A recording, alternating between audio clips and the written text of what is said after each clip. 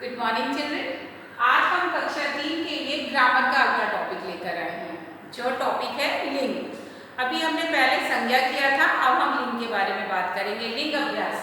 यहाँ पर हमने अभी तक असाइनमेंट जो भेजे हैं उसमें लिंग रिलेटेड यानी कि आपकी लिंग अभ्यास से संबंधित स्त्री पुरुष वाले शब्दों से संबंधित कुछ अभ्यास आपको दिए हैं। तो अब यहाँ पर हम उन्हीं के बारे में कुछ और विषय वस्तु जानेंगे, कंटेंट को जानेंगे।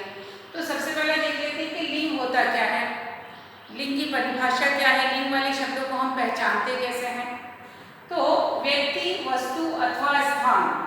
व्यक्ति यानी किसी भी इंसान का नाम हो, चाहे वस्तु किसी भी चीज का नाम हो, या फिर कोई स्थान हो, कोई जगह का नाम हो। उनमें अगर पुरुष जाति या स्त्री जाति, पुरुष जाति यानी कि पुल्लिंग लड़के वाले शब्द, और स्त्री जाति यानी ये लड़की वाले शब्द का बोध हो, पता चले, वे शब्द लिंग कहलाते हैं।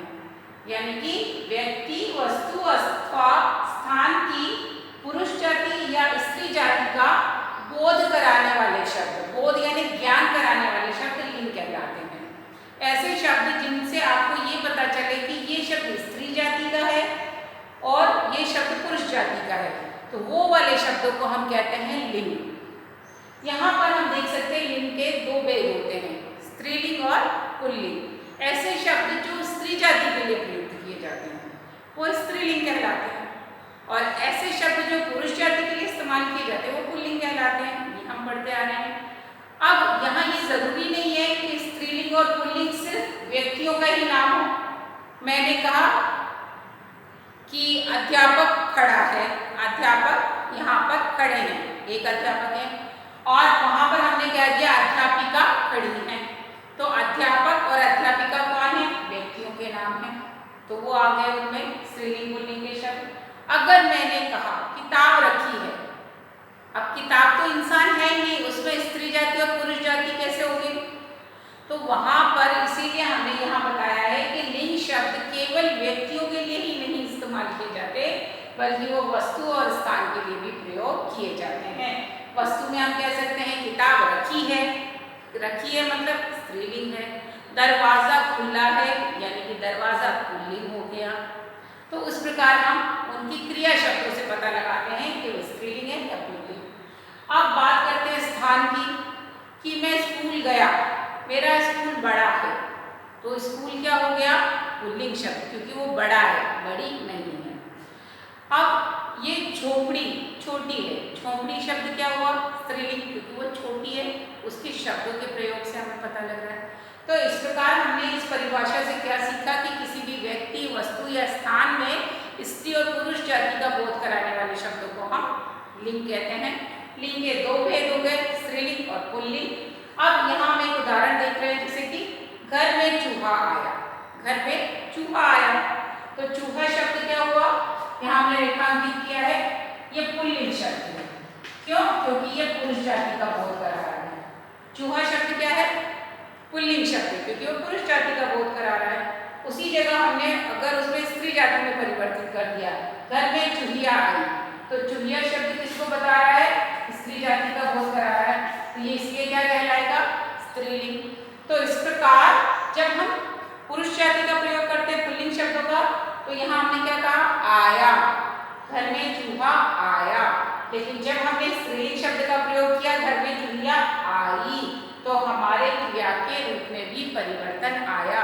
इसलिए वाक्य में लिंग वाले शब्दों को लिखते समय क्रिया शब्दों को भी ध्यान रखना, क्योंकि लिंग के शब्दों में परिवर्तन के कारण क्रिया शब्दों में भी परिवर्तन होता है। वाक्य में यह चीज हमें ध्यान रखनी है। अब हम यहाँ पर कुछ और उदाहरण जान रहे हैं, जैसे कि इन उदाहरणों में आप देख सकते हैं सब में शब्दों में अलग अलग प्रकार से है, हर दो शब्दों में एक प्रकार से परिवर्तन आया है। जैसे पुत्र से बनाया पुत्री, पुत्र पुल्लिंग शब्द है, उसका स्त्रीलिंग हुआ पुत्री। बकरा पुल्लिंग शब्द है, उसका स्त्रीलिंग हुआ बकरी। तो पुत्र से पुत्री, बकरा से बकरी, दोनों ही शब्दों में हमने ई की मात्रा के द्वारा पुल्लिंग शब्दों से स्त्रीलिंग शब्दों में परिवर्तन किया। अब हम यहाँ देखते हैं नाग से नागिन, माली से माली, इन दोनों ही शब्दों में हमने इन लगाया, क्या लगाया, इन। यहाँ हमने क्या लगाया था, लगाकर शब्दों को स्त्रीलिंग में परिवर्तित किया। अब हम यहाँ देख सकते हैं सेठ से सेठानी, जेठ से जेठानी, तो इन दोनों ही शब्दों में हमने क्या लगाया, आनी। आनी लगाकर शब्दों को परिवर्तित किया। अब हम यहाँ देख सकते हैं बूढ़ा से बुढ़िया, बुढ़ा से बुढ़िया, यानी हमने क्या लगाया इसमें, इया शब्द का प्रयोग किया। इया शब्द लगाकर हमने बूढ़ा से बुढ़िया बनाया, बुढ़ा से बुढ़िया बनाया। तो यहाँ ध्यान रखने योग्य ये बात है कि ई की मात्रा द्वारा शब्दों में परिवर्तन करते हैं। स्त्रीलिंग बनाते समय, पुल्लिंग से स्त्रीलिंग बनाते समय हम ई की मात्रा का प्रयोग करते हैं। कई बार इन शब्दों का इन लगाकर उन शब्दों को बनाते हैं, जैसे नाक से नागिन, माली से मालिन, धोबी से धोबिन, सुनार से सुनारिन। फिर आनी शब्द द्वारा भी पुल्लिंग शब्द बनाए, पुल्लिंग शब्द से स्त्रीलिंग बनाए जाते हैं, जैसे सेठ से सेठानी, जेठ से जेठानी। फिर इया शब्द का प्रयोग भी किया जाता है, जैसे बूढ़ा से बूढ़ा बनाया, बुढ़ा से गुड़िया बनाया। तो इस प्रकार और भी शब्दों का निर्माण किया जा सकता है। तो आपको याद क्या रखना है, सबसे महत्वपूर्ण बात कि लिंग शब्द क्या होते हैं, जो स्त्री जाति और पुरुष जाति का बोध कराते हैं। दूसरी बात, लिंग के दो भेद होते हैं और लिंग का प्रयोग करते समय यह ध्यान रखना है कि वो केवल व्यक्तियों के लिए इस्तेमाल की जाए, आवश्यक नहीं है, वो वस्तुओं के लिए भी इस्तेमाल की जाती है और स्थान के लिए भी इस्तेमाल की जाती है। जैसे कुर्सी स्त्रीलिंग है, दरवाजा पुल्लिंग है, हाँ हमने कहा कि कटोरी स्त्रीलिंग है, फिर आपने कहा पर्दा पुल्लिंग है। तो अलग अलग चीज़ों के लिंग भी होते हैं, भले चाहे वो बेजान चीज़ें ही क्यों ना हो। फिर स्थान के नाम होते हैं, सड़क स्त्रीलिंग है, सड़क चौड़ी है, चौड़ी, तो वो क्या हो गया, स्त्रीलिंग हो गया। फिर रास्ता बड़ा है, रास्ता पुल्लिंग हो गया। तो आपको क्या देखना है कि स्थानों के नाम में भी स्त्रीलिंग पुल्लिंग होते हैं और लिंग को लिखते समय जब हम पुल्लिंग शब्द से स्त्रीलिंग बनाते हैं तो क्रिया शब्दों में भी परिवर्तन आता है लिंग बदलते समय। जैसे मैंने कहा कि वह कुर्सी उठा, वह कुर्सी हल्की है, वह कुर्सी हल्की है, तो हल्की लिखेंगे। और वहां मैंने कहा कि यह बस्ता भारी है, बस्ता बड़ा है, कुर्सी छोटी है, बस्ता बड़ा बड़ा है और कुर्सी छोटी है। तो छोटी बड़ी इन शब्दों से हमें पता लगेगा कि स्त्रीलिंग है या पुल्लिंग। इसलिए हमें शब्दों का, लिंग वाले शब्दों का प्रयोग करते समय क्रिया और उनके अन्य सहायक शब्दों का ध्यान रखना होता है।